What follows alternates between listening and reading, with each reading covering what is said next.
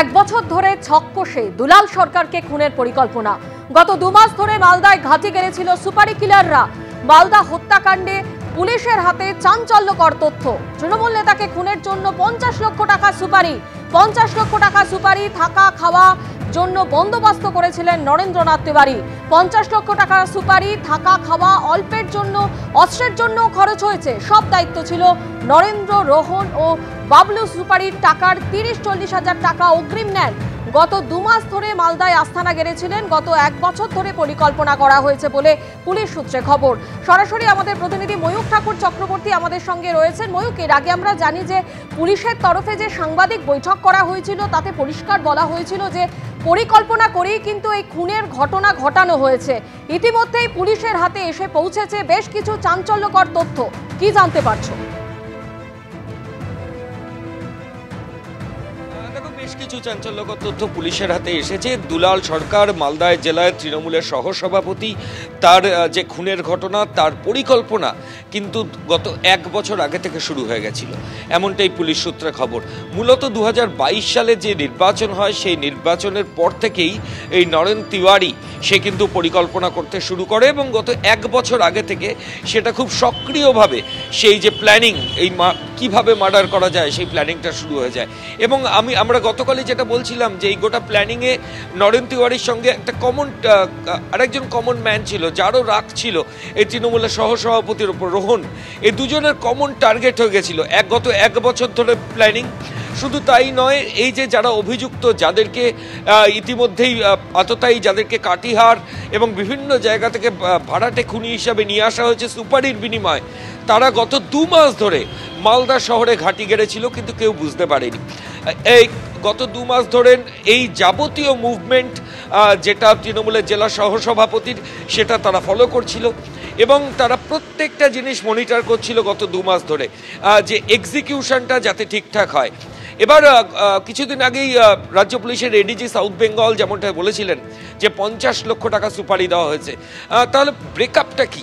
আমাদের প্রশ্ন ছিল যে কিভাবে, তাহলে কি 50 লক্ষ টাকা পুরো ডিস্ট্রিবিউট হয়ে গেছে? পুলিশ সূত্রে যে খবর পাওয়া যাচ্ছে যে 50 লক্ষ টাকা ডিস্ট্রিবিউট পুরোপুরি হয়নি। নরেন্দ্র তিওয়ারির কমিটমেন্ট ছিল 50 লাখ টাকা। পুরো অপারেশন সাকসেসফুলি এক্সিকিউট হলে 50 লক্ষ টাকা দেওয়ার কথা ছিল।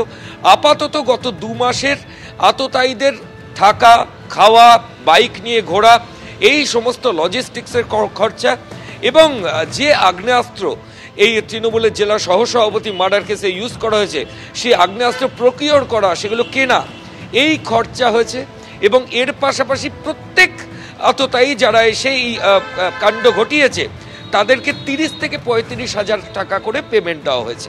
বাকি টাকা এই এক্সিকিউশনের পরে মিটিং করে দেওয়ার কথা ছিল, কিন্তু তার আগেই পুলিশ আধিকারিকরা মালতীপুরের কাছ থেকে বাসের ভেতর থেকে এদেরকে ধরে ফেলে, ফলত তাদের বাকি টাকাটা পাওয়া হয়নি। গত 2 মাস ধরে এরা সব মালদা শহরে ছিল।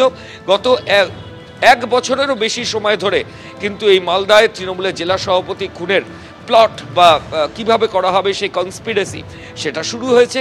50 লক্ষ টাকা টোটাল এখনো পর্যন্ত যেটা দেওয়ার কথা বলা হলেও ডিস্ট্রিবিউট করা হয়েছিল প্রত্যেককে 30 থেকে 35 হাজার টাকা।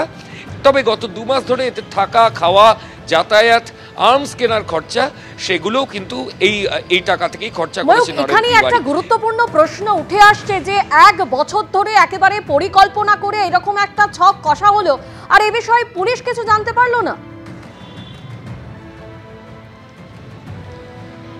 দেখো, পুলিশ আধিকারিকরা এই যারা অভিযুক্ত এই কেসে ইতিমধ্যে যারা অ্যারেস্ট হয়েছেন তাদেরকে জিজ্ঞাসাবাদের পর গোটা বিষয়টা স্পষ্ট হচ্ছে। কারণ তার আগে কোনো কিছু এরা ডিসক্লোজ করেনি, এরা সাধারণের সঙ্গে মিশেছিল এবং কি করেছে সেখানে পুলিশ আধিকারিকদের নজর এড়িয়ে গেছে। কিন্তু পরবর্তী ক্ষেত্রে পুলিশ আধিকারিকরা যেটা জানতে পেরেছেন, যে আমি আগেও যেটা বলছিলাম যে স্বপন শর্মা 71 বছর বয়সী একজন ব্যক্তি, যার মাল্টিপল ক্রিমিনাল অ্যান্টিসিডেন্টস আছে, অর্থাৎ একাধিক এই অপরাধমূলক কাজকর্মের নজির আছে। সেই স্বপন শর্মা পুলিশের কাছে জেরায় জানিয়েছে যে নরেন্দ্রনাথ তিওয়ারির বাড়িতে রোহন সহ বাবলু যাদব সহ একাধিক অভিযুক্ত যারা তৃণমূলের জেলা সহসভাপতি দুলাল সরকার মার্ডার কেসে অ্যাবসকন্ড করছে বা অ্যারেস্ট হয়েছে তাদের মুভমেন্ট ছিল। যদিও নরেন্দ্রনাথ তিওয়ারি কিন্তু মাঝে মধ্যেই পুলিশকে অসহযোগিতা করছে, এমনটাই মালদা জেলা পুলিশ সূত্রে খবর। পুলিশের তরফ থেকে যেটা বলা হচ্ছে যে এই মার্ডার কেসে রোহন অত্যন্ত কি ফ্যাক্টর।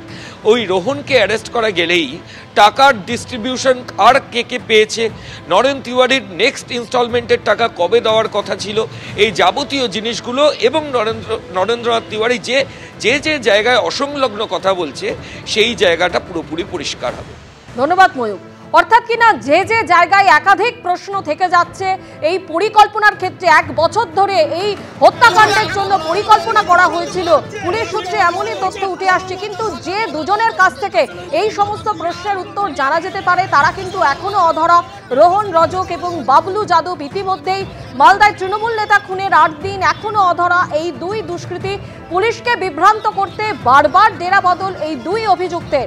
শিলিগুড়ি থেকে নেপাল, উত্তরপ্রদেশ পালিয়ে বেড়াচ্ছে দুই অভিযুক্ত, পুলিশ সূত্রে খবর। আশরাফ খান নামে আরও এক শুটারের খোঁজ চালাচ্ছে পুলিশ। মিশন ব্যর্থ হলে আশরাফের উপর দায়িত্ব ছিল মৃত্যু নিশ্চিত করার, পুলিশ সূত্রে এমনই খবর।